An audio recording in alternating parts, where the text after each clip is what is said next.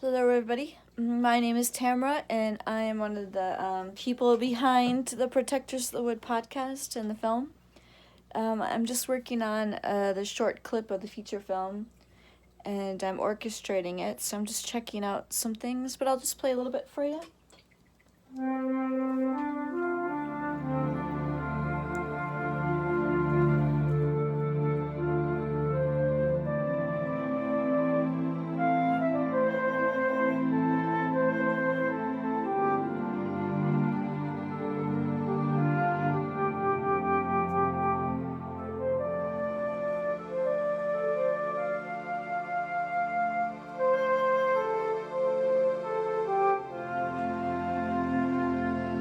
So that's just a little bit of what I'm working on. I'm still working on it and orchestrating it, and hopefully it'll be coming out in 2022. But thanks again for listening, and have enjoy the podcast. Bye. The Protectors of the Wood podcast. Remember that everyone can make a difference, and every action counts. This podcast tells the story of misfit teenagers struggling to band together and help our world through this crisis. Episode number 55. The World Tree GREENMARKET comes alive. Phoebe was back in front of the toy store by 9:30 in the morning, a good hour before Gilligan was due to arrive. Sammy and Chester were unloading boxes from an old pale blue van, double parked in front of the coffee shop. 4 white plastic tables were lined up end to end on the sidewalk, and hanging from the front edge was a long white banner with red letters announcing the World Tree GREENMARKET. Whoa, that's a bold move.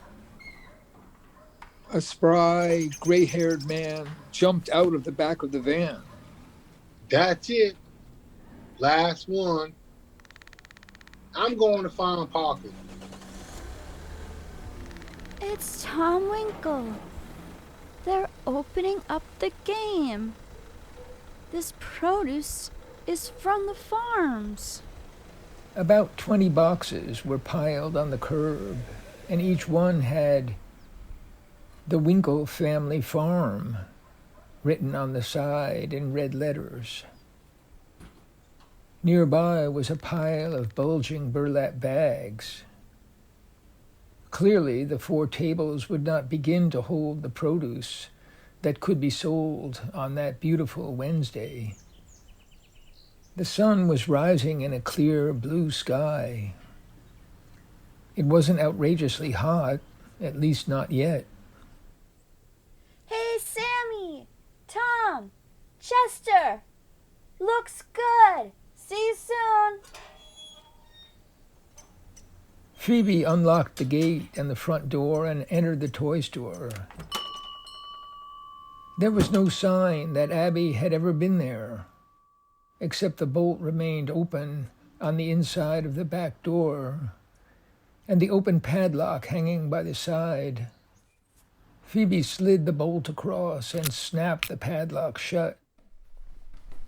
Then she began carrying tables from the basement out to the sidewalk, estimating that Sammy would need at least 4. As she leaned the 4th table against the courtyard wall, Tom Winkle was waiting. These for us? Wonderful. We do need them. Glad you joined the club, Phoebe. Hell, you know, I may be old, but I can carry one of these. Phoebe and Tom set up the 4 tables in the long row and began organizing the boxes. A crowd had already gathered. Sammy and Chester were weighing and bagging produce, making sales to a line of customers extending along the sidewalk. The gorgeous corn, potatoes, basil, rosemary, dill, tarragon, cilantro, finger beans, lemon cukes, potato squash, tomatoes, collards, peas, and lettuce were all overwhelming, spilling out like a horn of plenty. A barrel of tiny yellow grain turned out to be amaranth seed. Jars of the new honey lined one table, sharing space with jars of sunflower butter. An enormous sunflower head with countless seeds sat in the middle of the table for decoration, and the popular new variant of summer squash had its own sign on poster board: potato squash. Everything looked and smelled a little different than common produce, and some things were a lot different. It's all from Windy Seeds, but it's grown on the farms. Some of these seeds were started in the greenhouse, where Dad and Chi-Chi practice archery. Soon the tables were full, and a few boxes remained unpacked. We've got more deliveries coming. Anything else in the toy store we could use? I think so. You'll have to see. Phoebe and Sammy descended to the basement together and emerged with 2 more tables and set them up in front of the courtyard wall. So, how are you going to run this green market and the coffee shop all at once? Well, just yesterday I took your advice and offered Stephanie a job. I found out they don't even pay her across the street. He nodded at the Hickory Securities storefront in between Scudder's supermarket and the Middletown Standard office. They've got more money than all of us, and they don't even pay her. She's getting college credits for being their receptionist. What a racket. We'd better watch out, though. That group has a lot to be angry about. I know, but I'm glad I didn't delay. There was a message from Ellie on my phone this morning. Her parents won't let her work. What? I can't believe it. Why not? She didn't say. It was hard to understand her words. She was sobbing. Oh, Sammy. I'm so sorry. This is getting rough. Sammy didn't reply.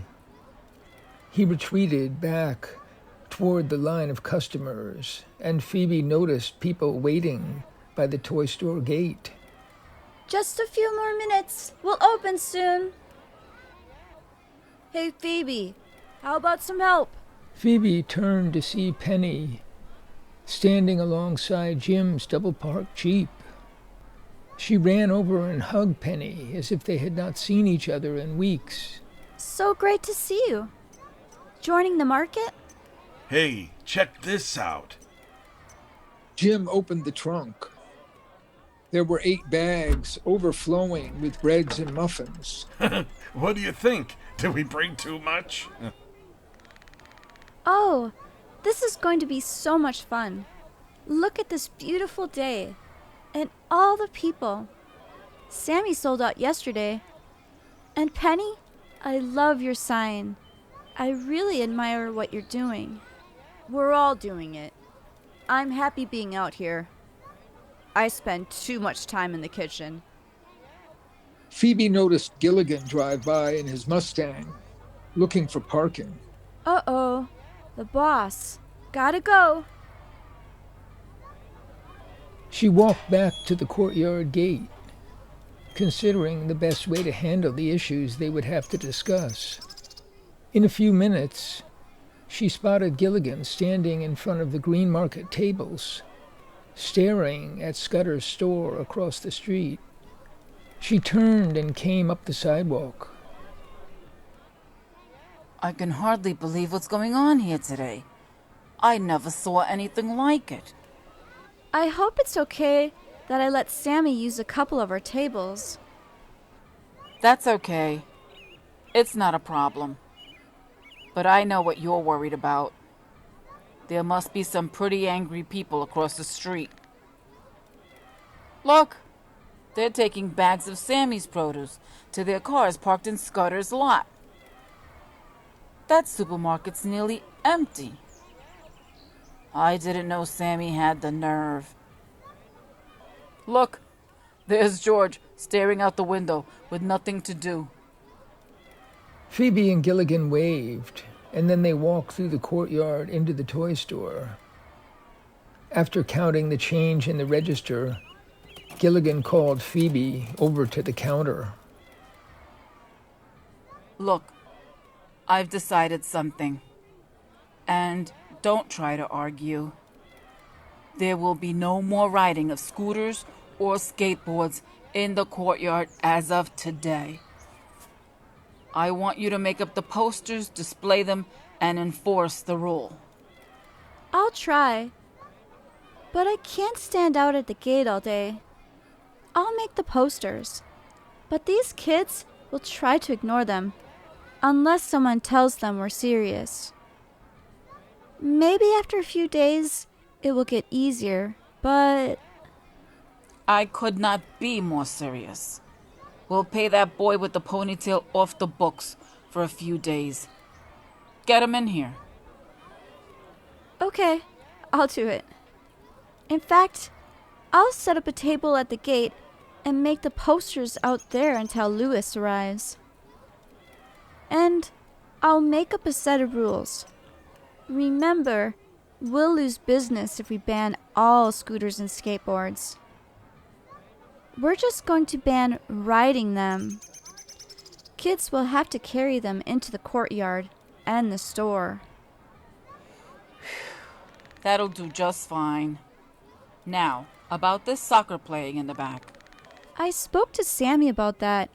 He's going to bring the lawyer over to speak to you later in the day. I think we should do what the law will allow. I like that. What the law will allow.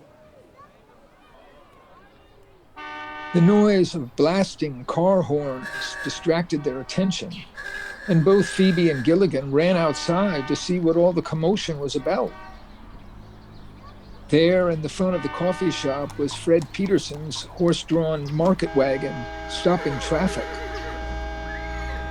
And in the opposite lane in front of Scudder's Market sat a giant 18-wheeler with Arma Agricorp written on the side. The two vehicles didn't leave room for a bike to go by. Hey, what are you doing? Traffic was completely blocked in both directions. Come on, move Drivers that opened their move that doors. heap out of the way. Some even stood in the street to shout their rage at Sammy and Chester and the two men working for Scudder. Are you kidding me? I have an appointment. Get that heap out of the way. Hold your horses. We're trying to unload product here. Oh, God. All unloading boxes as fast as they could manage.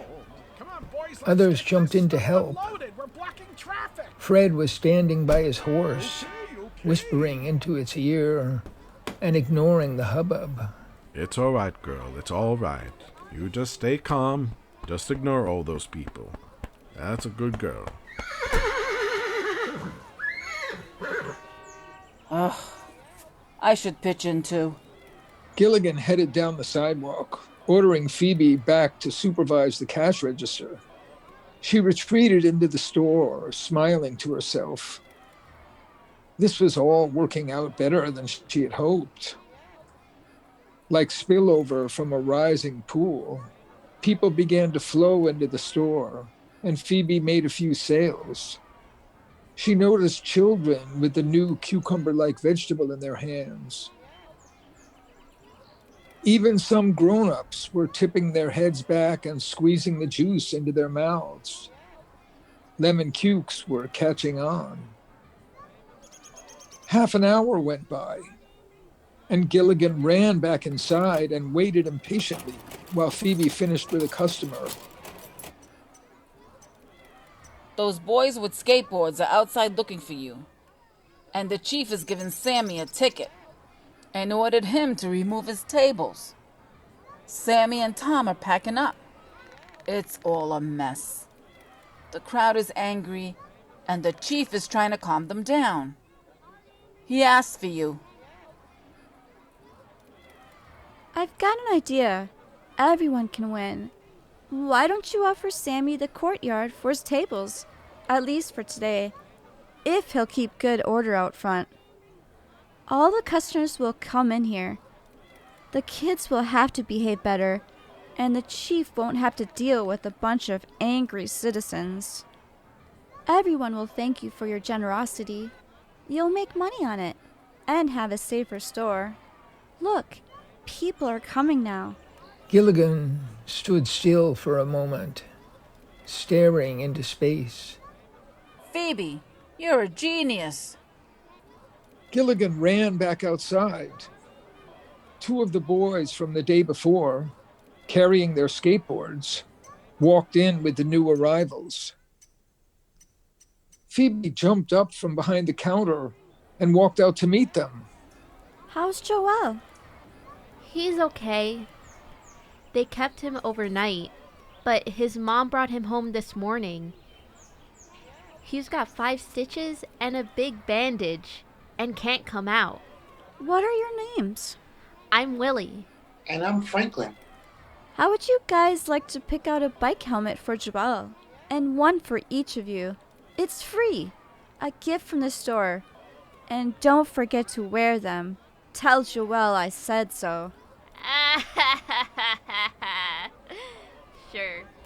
As they picked out their helmets, Phoebe looked through the display windows at people carrying tables and boxes up the sidewalk, accompanied by a massive crowd.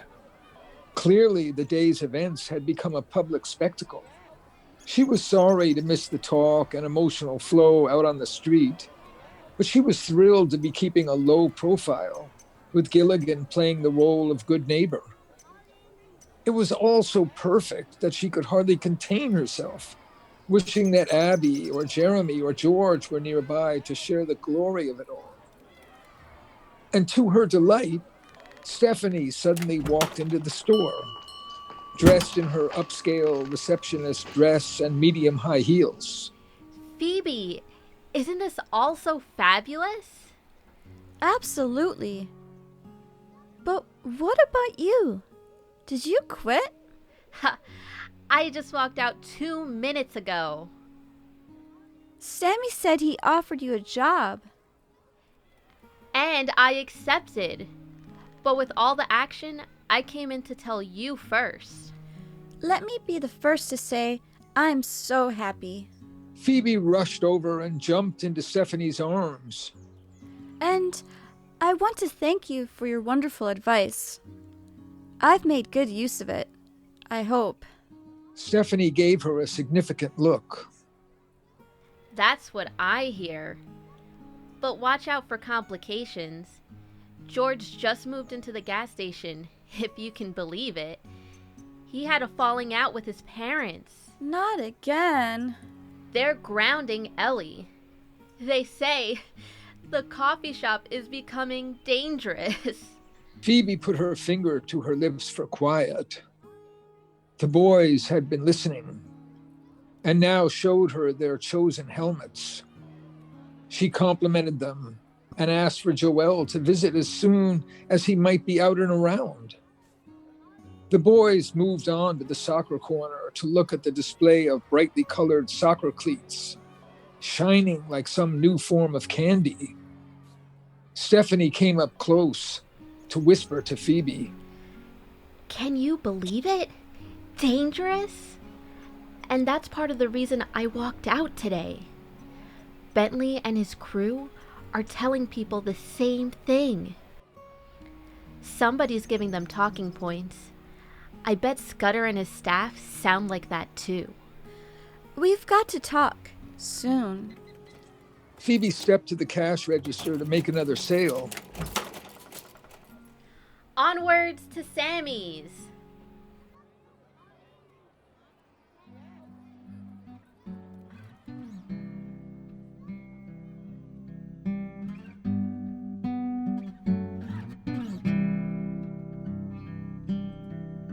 through heaven and earth, a tree is growing. Around the world, a river flowing. We can travel by secret ways, like a shadow through our days. Follow me, come and see. We're climbing the world tree. As the ages have gone by, the abyss has grown so wide. Heaven and earth are separate now, a journey no one knows how. Follow me, come and see. We're climbing the world tree.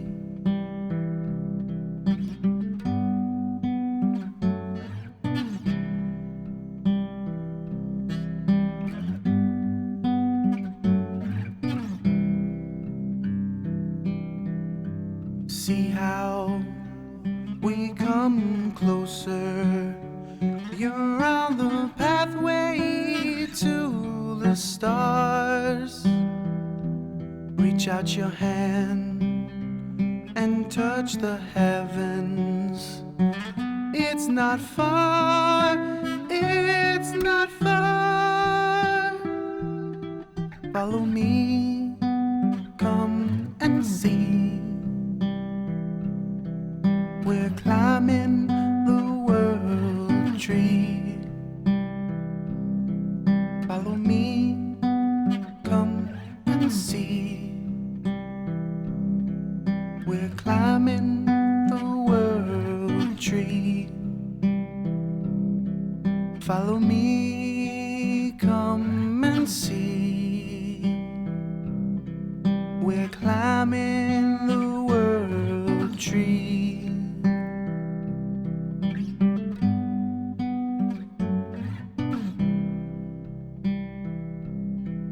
We're climbing the world tree.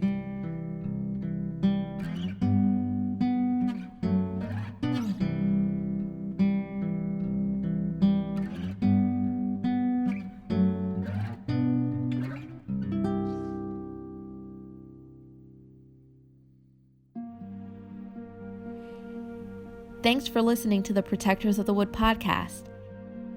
Find all our podcasts, songs, and projects on our website, protectorsofthewood.com.